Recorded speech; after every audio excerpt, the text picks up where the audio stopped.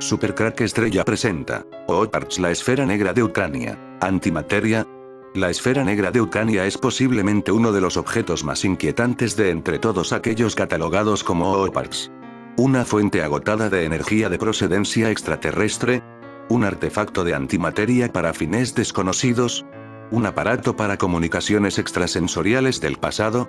Las teorías que se plantean son muchas y diversas ante esta pequeña esfera de colores negruzcos que fue encontrada en una mina de arcilla, en el año 1975, en las solitarias y frías tierras de Ucrania. La esfera ovoide fue hallada por un trabajador en una cantera de arcilla al oeste de Ucrania, a unos 8 metros de profundidad y en unos estratos datados de hace unos 10 millones de años.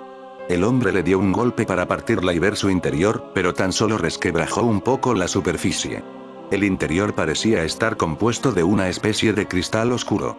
Sin darle demasiada importancia al hallazgo, se lo regaló a su hijo a modo de juguete. El niño, tiempo después y perdido también el interés, lo dejó olvidado en el colegio donde un profesor lo encontró y lo llevó al museo de la localidad, donde se olvidó durante varios años, hasta que el profesor Boris Nikolayevich Naumenko, miembro del Instituto de Física de la Tierra de la Academia Rusa de las Ciencias, reparó en él e intuyó que aquella piedra era algo fuera de lo común. De la mano de Naumenko, dos auténticas instituciones científicas, el Dr. Menkov, del Instituto de Física de Moscú, y su colega Valentín Fomenko, de la Asociación Industrial y Científica Soyuz, se hicieron cargo de la investigación de este enigmático objeto. Datos sobre la investigación. La esfera tiene forma ovoide, el eje de simetría mide 8,75 centímetros, y el diámetro perpendicular de mayor longitud es de 8,47 centímetros. Su peso es de 617,22 gramos. Su densidad, de 1,934 gramos barra centímetro cúbico, es inferior a la del cristal, el cuarzo o la obsidiana. Los estudios geológicos de antigüedad y el estudio de los estratos donde fue encontrada, dataron la piedra en una época cercana a los 10 millones de años de antigüedad. El Dr. Fomenko llevó a cabo, con una unidad industrial de rayos X RUX 150-300, una radiografía de la esfera, comprobando que el núcleo, semejante a medio nuevo, poseía una densidad menor que cero, es decir, se trataba de una masa negativa. Estaban ante la primera muestra de antimateria de la historia. Durante muchos años, decenas de científicos han intentado crear de forma artificial núcleos de antimateria en laboratorios, pero nadie lo ha conseguido hasta el momento. Los datos antes expuestos, unidos a que su supuesta antigüedad, están muy lejos del alcance de cualquier actividad humana, deja abierta la posibilidad de que fuera construida por una civilización desconocida hasta la fecha. Obviamente, si se especula con la probabilidad de que la masa del núcleo sea negativa, los doctores rusos han llegado a plantear la hipótesis de que se trate de un depósito de antimateria, empleado, siempre hipotéticamente, como una fuente de energía. La piedra se sigue estudiando, aunque por el momento, nadie se atreve a dar un veredicto sobre su procedencia o el posible uso que se le diera a este objeto. Todos son suposiciones ante una muestra más, bastante clara, de que hace millones de años, otras civilizaciones caminaban por nuestro planeta. Y si en realidad estamos ante un depósito de antimateria, ¿se podría volver a reactivar en algún momento? O lo que es más inquietante, ¿qué sucedería en este caso? ¿Podría tratarse de un agujero negro que por motivos desconocidos se desactivó, o es posible que fuese dejado a propósito en este planeta con motivos oscuros y desconocidos? Todo un cúmulo de dudas y preguntas, todavía sin respuesta. ¿De dónde proviene? La extraña formación fue encontrada en 1975 al oeste de Ucrania, concretamente en el interior de una cantera de arcilla, situada a unos 8 metros de profundidad. Lo primero que llamó poderosamente la atención del trabajador que se topó con ella fue su forma anormalmente regular para haber estado situada en una capa arcillosa que podría rondar los 10 millones años. Al golpear el objeto no lo partió, pero sí se desprendió una pequeña lasca, permitiendo vislumbrar el interior, compuesto por una sustancia semejante al cristal. El hombre recogió aquel pedrusco y lo llevó a su casa. Una vez allí consideró que su joven hijo disfrutaría más que él con el misterioso juguete, y sin pensarlo dos veces se lo regaló. El niño, inconsciente de lo que tenía en sus manos, lo dejó en el colegio, y allí un avispado profesor intuyó que se trataba de algo más que una simple y caprichosa formación rocosa. La esfera pasó unos años en el museo de la localidad hasta que, casualidades del destino, cayó en manos del profesor Boris Nikolayevich Naumenko, miembro del Instituto de Física de la Tierra de la Academia Rusa de las Ciencias. diferencias. El descubrimiento de Naumenko posibilitó que finalmente se hicieran cargo de la investigación dos auténticas instituciones científicas. El Dr. Menkov, del Instituto de Física de Moscú, y su colega Valentín Fomenko, de la Asociación Industrial y Científica Soyuz. Desde un primer momento, tras establecer el programa de analítica a desarrollar, se marcaron como propósito común no deteriorar en medida alguna la piedra, cuyo origen podría ser extraterrestre. Algunos datos técnicos. La esfera tiene forma ovoide, el eje de simetría mide 8,75 centímetros, y el diámetro perpendicular de mayor longitud es de 8,47 centímetros. Su peso es de 617,22 gramos. Su densidad, de 1,934 gramos barra centímetro cúbico, es inferior a la del cristal, el cuarzo o la obsidiana. Un punto importante del estudio fue identificar la edad de la misma. Tras efectuar el proceso pertinente, la diferencia entre este último método y la datación geológica apenas presentaba diferencias. Por consiguiente, y teniendo en cuenta que se trata de un objeto aparentemente artificial, quien lo realizó hace la friolera de 10 millones de años, ¿y con qué intención?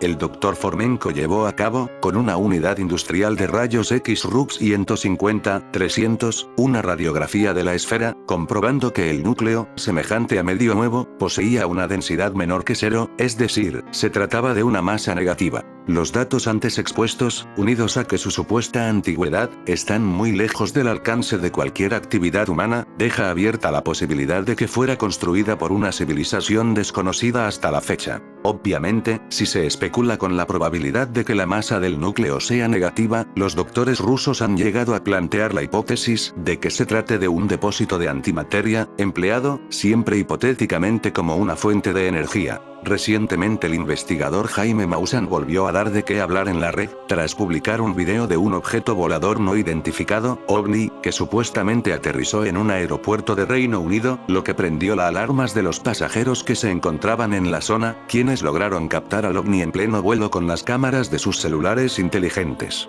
Hablé con @CaptainBigelow y obtuve fotos que recibieron de sus colegas en el aeropuerto de Manchester.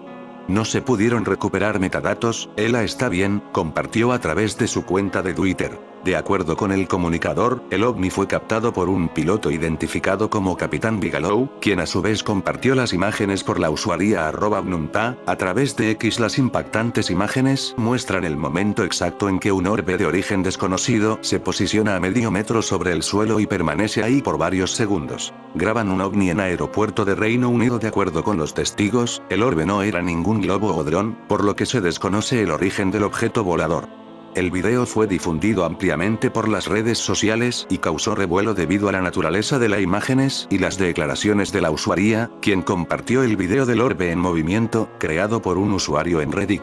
El autor original de la publicación respondió varias preguntas en Reddit antes de eliminar las fotografías y aseguró que el incidente ocurrió el pasado junio. En este sentido, el incidente también generó gran controversia entre la comunidad de los pilotos de dicho aeropuerto, quienes aseguran han cambiado de opinión sobre la existencia de estos fenómenos. Historia de El Somo, el lugar donde se alojó Hitler. La última vez que se pudo ver la máquina del tiempo nazi, fue en Bergen, Noruega, siendo transportada por submarinos. Hacia la segunda mitad del siglo XX, se comenzaron a conocer reportes de misteriosos hallazgos en las minas cercanas a la ciudad de Ottosdal, en Sudáfrica. Los artefactos hallados eran unas esferas, pulidas y con líneas perfectamente talladas, que eran muy similares a una pelota de cricket. A simple vista, parecía que estos objetos, de no más 10 centímetros de diámetro, habían sido tallados por una mano humana y hacían parte del acervo arqueológico de una antigua civilización. Sin embargo, lo sorprendente es que las bolas habían sido descubiertas dentro de una roca de pirofilita formada hace unos 2.800 millones de años. Una de estas esferas las descubrí en una fotografía del año 1903 en Bergen, Noruega. Una mujer la está mirando delante de sus ojos, la esfera flota en el aire. Pienso que la mujer es una viajera del tiempo llamada Mujer de Isdal. Las esferas fueron llevadas a la localidad de Klerksdorp, en el norte de Sudáfrica, para ser estudiadas y posteriormente fueron puestas en exhibición en el principal museo de la ciudad. Por eso, se hicieron conocidas con el nombre de esferas de Klerksdorp. Sin embargo, a principios de los años 80, comenzaron a circular artículos en publicaciones de divulgación pseudocientífica que asignaban a las piedras un origen alienígena y señalaban que eran una prueba de la presencia extraterrestre en la Tierra antes de la aparición de los humanos. Uno de esos artículos estaba firmado por un investigador llamado Michael Cremo y fue publicado en un portal de noticias. Esas publicaciones aparecieron por la falta de estudios geológicos que explicaran el verdadero origen de esas piedras, le dice a BBC Mundo el geólogo sudafricano Bruce Caircorne, de la Universidad de Johannesburgo. Cairncross señala que las esferas están lejos de ser un misterio y mucho menos un posible vestigio del paso de seres extraterrestres en nuestro planeta. Se creyó que no se necesitaba explicar algo que parecía evidente, que las piedras habían sido extraídas de rocas que se formaron hace miles de millones de años, señaló el geólogo. Aunque se puede entender que llamen la atención, este tipo de esferas son muy comunes dentro de las formaciones de pirofilita. Pero, ¿cómo lograron tener esa forma? Millones de años de formación. Como lo señala el portal Iflsiense, durante los años 80 varios artículos, con poca base científica, comenzaron a señalar que las esferas de Klerksdorp habían sido hechas por una civilización superior, una civilización anterior al gran diluvio de la que no sabemos prácticamente nada. Como anotan otros reportes, como la revista Lapidary Magazine, algunos medios iban más lejos y añadían que las esferas giraban solas dentro de la vitrina donde habían sido colocadas. Por esa razón, una sociedad conocida como Sociedad para la Investigación Racional de los Fenómenos Paranormales buscó la colaboración de Cairncross para refutar los argumentos que cada vez ganaban más adeptos. No bastaba con la explicación básica, que habían salido de una formación de más de 2.800 millones de años, sino que tuvimos que ir más a fondo. Explicar cómo se habían formado, señala el académico. Una misteriosa hilera de esferas ha aparecido en Ucrania sin que se haya encontrado una explicación a su uso o procedencia.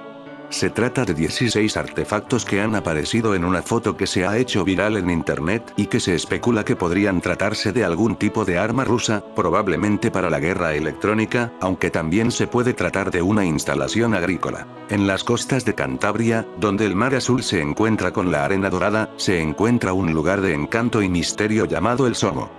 Esta historia nos lleva a tiempos pasados, cuando la magia y la realidad se entrelazaban en las vidas de los pescadores y marineros que habitaban estas tierras. El Somo era un pequeño pueblo costero, famoso por sus hermosas playas y su rica tradición marítima. Pero lo que hacía especial a este lugar era la leyenda que lo rodeaba. Se decía que durante las noches de luna llena, las sirenas emergían de las profundidades del mar y cantaban canciones que hipnotizaban a los pescadores y marineros, atrayéndolos hacia el océano. Equilibrio entre los mundos humano y mágico. El Somo se ha convertido en un lugar de encuentro entre dos mundos, donde los seres humanos y las criaturas mágicas conviven en armonía. Los lugareños han aprendido a respetar y proteger la vida marina, conscientes de que su supervivencia está ligada a la preservación del equilibrio natural. En el Somo hay alucinante misterio, bases ovnis Cantabria, los helicópteros negros. Leyendas de Cantabria. El nuevo orden mundial sobrevuela Somo y el Puntal, quién sabe con qué aviesos objetivos. No se deja preguntar, huyó Hitler del búnker. Documentos desclasificados demuestran que el FBI investigó a fondo los rumores de fuga de Hitler a Argentina. ¿Acaso no murió Hitler en el búnker? La mañana del 22 de abril de 1945, Berlín se consumía entre las llamas. Casi 60.000 cañones y lanzacohetes disparaban fuego bajo las órdenes del general soviético Zhukov. A escasos metros de la puerta de Brandeburgo y del Arco de la Victoria, en pleno corazón de la capital de Alemania, se encontraba el búnker de la Cancillería. En su interior, más de un centenar de personas acompañaban a Adolf Hitler en sus momentos finales. Enterrados en vida, a más de 16 metros de profundidad y repartidos en dos amplios pisos con multitud de habitaciones y estancias, disponían no solo de aire, agua y suministro eléctrico autónomo, sino de un quirófano abarrotado de medicinas y de lujos superfluos, como licores, chocolates y víveres importados de distintos países. El gran enigma. En una sala, Hitler se reunió con Hodl, Keitel y Bormann, tres importantes jerarcas nazis. El Führer dijo: "Veo que todo está perdido. Permaneceré en Berlín. Caeré aquí, en la Cancillería. De esta manera puedo servir mejor al pueblo alemán. Sería insensato proseguir la lucha". Todos esperaban que Hitler les informase de que había tomado la decisión de partir hacia el sur, al reducto nacional situado entre las montañas de Baviera y Austria, donde podría resistir durante meses. Pero no fue así. Sus compañeros intentaron convencerlo de que tenían que luchar hasta que quedase un palmo de terreno. Sin embargo, Hitler insistió. Fuera, fuera, váyanse al sur de Alemania. Yo me quedaré aquí. Se sabe que hizo venir al búnker a un funcionario municipal para consumar su matrimonio con Eva Braun, su amante desde hacía una década. Goebbels y Martin Bormann harían de testigos del ceremonial nazi, según el cual debían jurar no padecer enfermedades hereditarias. Después de brindar, Hitler dictó su testamento. Después de comer unos macarrones con tomate, junto a Braun y su secretaria, en torno a las 3:30 de la tarde, se encerró con Eva Braun en su pequeño despacho. En la puerta montaba guardia un Sturmbannführer de las SS. Poco después se escuchó un disparo. Esta versión de la historia, sin embargo, ha sido cuestionada antes de la toma de la ciudad pues, 4 días antes de la rendición incondicional de Alemania, el 4 de mayo, una unidad del contraespionaje soviético, halló los restos quemados de Hitler y Braun en el jardín de la Cancillería. ¿Eran realmente ellos? A Stalin no le convenció, más allá de que estratégicamente la presunta huida de Hitler le convenía para sustentar que el occidente capitalista protegía al canciller para usarlo como catalizador de los alemanes en un eventual conflicto contra la URSS. Stalin llegó a decirle a Harry Truman, a la sazón presidente de los EU. Que Hitler seguía vivo y estaba refugiado en España o Argentina. De hecho, el 10 de junio de 1945, el Daily Express de Londres informó que miembros oficiales de la legación japonesa en Suiza han declarado saber positivamente que Hitler está vivo y planea abandonar, en el momento oportuno, su escondite para encabezar el movimiento nacionalista germano. Y un documento desclasificado en 2015, y descubiertos por el archivista de los Archivos Nacionales en College Park, Maryland, demuestra que el FBI envió, al menos 2 informes, diciendo que el canciller alemán había ido a Argentina. Según el especialista argentino Abel Basti, el Führer estuvo varios días en España e incluso mantuvo importantes reuniones con un reducido grupo de personas, antes de salir hacia Argentina. En Zaragoza, por ejemplo, estuvo escondido durante un tiempo en Aula Dei, un monasterio cartujo en la carretera de Barcelona, a la entrada de Zaragoza. También en la localidad de Somo, a orillas del mar, en la región de Cantabria. El lugar donde se alojó, junto a Eva Braun, era una pequeña hostería, que hoy ya no existe, llamada Las Quebrantas. Un documento, enviado desde Buenos Aires el 14 de julio de 1945, informaba acerca de una fuente de confiabilidad desconocida que aseguraba que Hitler fue desembarcado en Argentina aproximadamente el 20 de junio, que tenía el rostro desfigurado y que un militar argentino tenía previsto escoltarlo a un escondite secreto en territorio chaqueño. En todo el territorio argentino se produjo una especie de gran oleada en las décadas de fines del 70, 80 y 90, con gran cantidad de avistamientos en forma individual y grupal de ovnis, muchos de día y algunos de noche, habiendo sido todos observados por gran cantidad de testigos y muchos fotografiados y filmados. Esto para corroborar con firmes testimonios la presencia de estos extraños objetos volantes, que fueron vistos por miles de testigos en todo el nordeste argentino. De todos estos sobresale el caso de un avión privado que partió desde el aeropuerto de Reconquista, Santa Fe y fue perseguido por casi 1 hora a través de territorio chaqueño por un objeto muy luminoso y de grandes dimensiones. En efecto, el domingo 23 de agosto de 1984, justo a la altura de la ciudad santafesina de Reconquista, a eso de las 7 de la tarde, ya anocheciendo, el piloto de una avioneta Piper, Luis Sorini, que llevaba 5 pasajeros cordobeses, declaró que vieron una gran luz, muy intensa, que se colocó a la par del pequeño avión y comenzó a seguirlos. La luz que emitía el objeto era tan intensa que atravesaba todo el avión e impedía ver normalmente, casi encegueciendo todo, en el más absoluto silencio. El instrumental del tablero comenzó a evidenciar alteraciones, el radiocompás empezó a girar como loco, de 5 a 270 grados, el medidor de horizontalidad también comenzó a alterarse, subiendo y bajando de golpe.